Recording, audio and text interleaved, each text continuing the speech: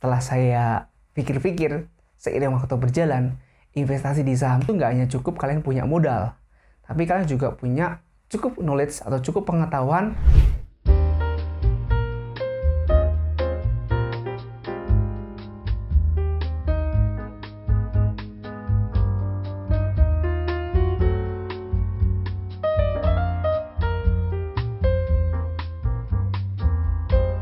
Halo, welcome back to my YouTube channel. Thank you udah ngunjungin channel ini. Kali ini saya akan coba cerita ke kalian tentang investasi. Kalau sebelumnya kita banyak bicara tentang karir, bicara tentang tes kerja, interview. Kali ini ngomong investasi deh. Jadi buat kalian yang fresh graduate terus habis itu kalian udah lulus dari tes kerja dan akhirnya bekerja di suatu perusahaan, akan ada di suatu titik di mana kalian akan punya yang namanya uang lebih. Atau bisa dibilang saldo ATM kalian udah mulai menggemuk atau dompet kalian udah mulai membesar. Nah, saat itulah kalian mulai bingung atau mulai mencari-cari untuk apa sih uang yang saya milikin, untuk apa sih saldo yang saya punya di ATM ini. Nah, beberapa dari kalian mungkin ada yang melirik untuk diinvestasikan. Apakah itu salah? Enggak, itu adalah hal yang cukup benar dan sangat benar. Jadi buat kalian yang baru lulus terus dapat kerja, dapat punya uang, punya penghasilan sendiri, investasi itu udah hal yang cukup bagus. Tapi investasi akan menjadi hal yang nggak bagus lagi ketika kalian asal-asalan investasi, atau bisa dibilang ya cuma ikut-ikutan investasi tanpa kalian tahu apa sih yang sedang kalian lakukan, apa sih yang sedang kalian kerjakan, atau mungkin apa sih resiko yang akan saya milikin. Karena banyak banget loh ternyata orang-orang yang kayak sekedar investasi ikut-ikutan temen, atau mungkin kayak biar keren atau apapun itu. Jadi kayak nggak ada dasarnya deh gitu. Nah, nggak usah jauh-jauh, saya akan ngomongin tentang diri saya sendiri. Jadi dulu ketika saya udah selesai jadi fresh graduate, terus saya jadi seorang pekerja yang punya gaji tiap bulan, bener saya ngerasa di satu titik saya tuh punya uang yang cukup, dalam arti lebih, dan saya mulai bingung untuk apa nih uang ini. Nah, saat itu saya berpikir untuk diinvestasikan. Dan salah satu instrumen investasi yang saya pilih adalah investasi saham. Tapi di sini sahamnya direct ya. Jadi kayak saya beli langsung, saya pilih saham langsung, bukan lewat reksadana. Kalau reksadana kan saya beli saham melalui manajer investasi yang akan memilih saham mana yang harus dibeli. Kalau saya, yang saya lakukan dulu itu langsung beli sendiri. Jadi ibarat saya baru mulai investasi itu saya langsung mulai beli saham itu sendiri. Nah, saya akan share beberapa kesalahan yang pernah saya lakukan dulu, dan saya harap kalian nggak melakukan kesalahan seperti yang saya lakukan. Karena dampaknya atau efeknya cukup signifikan. Karena kalau saya total loss saya atau rugi saya itu banyak banget. Ya sekian puluh juta mungkin ya. Sekian kali gaji. Jadi gaji sebulan tuh lebih. Bisa kalian bayangkan nggak? Kalian kerja sebulan cuma hilang dan hangus gitu aja. Nah, itulah yang saya alami. Tapi apakah saya merasa itu menyesal? Nggak. Karena itu adalah sebuah pengalaman dan saya beruntung banget melakukan itu atau mengalami itu pada saat saya masih single. Saya belum punya tanggungan, saya belum punya kebutuhan lain-lain, dan bisa dibilang uang saya hilang segitu pun jadi bukan sebuah masalah. Karena itu uang saya yang nyari dan hilang juga nggak masalah.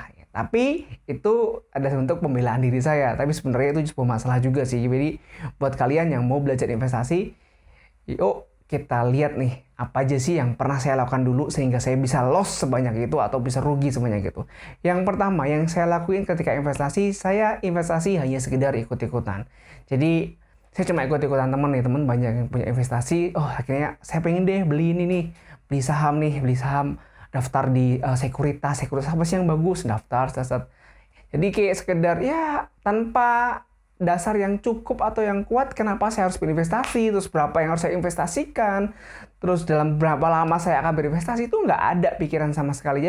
Jadi cuma sekedar saya buka RDI, rekening dana investasi, terus saya buka rekening buat di sekuritas, habis itu saya udah beli saham dengan nominal ya sesuka saya mau beli 10 juta, saya mau beli 30 juta, 40 juta, sesuka saya. Apakah saya punya dasar untuk membeli? Itu adalah kesalahan yang kedua dari saya. Jadi kesalahan pertama saya cuma ikut-ikutan tadi. Nah, kesalahan yang kedua, ini yang paling penting menurut saya. Jadi saya tuh cuma asal beli. Asal beli itu kayak, ya bukan berarti asal buka list saham terus saya beli ini itu beli itu, enggak. Saya lebih cenderung kena pom-pom kalau orang bilang tuh kayak, oh hari ini Telkom naik nih, Telkom bagus prospek gitu. Saya baca berita, oh iya bagus. Saya beli Telkom, oh beli. Udah beli banyak, tahu-tahu turun. Akhirnya tahan.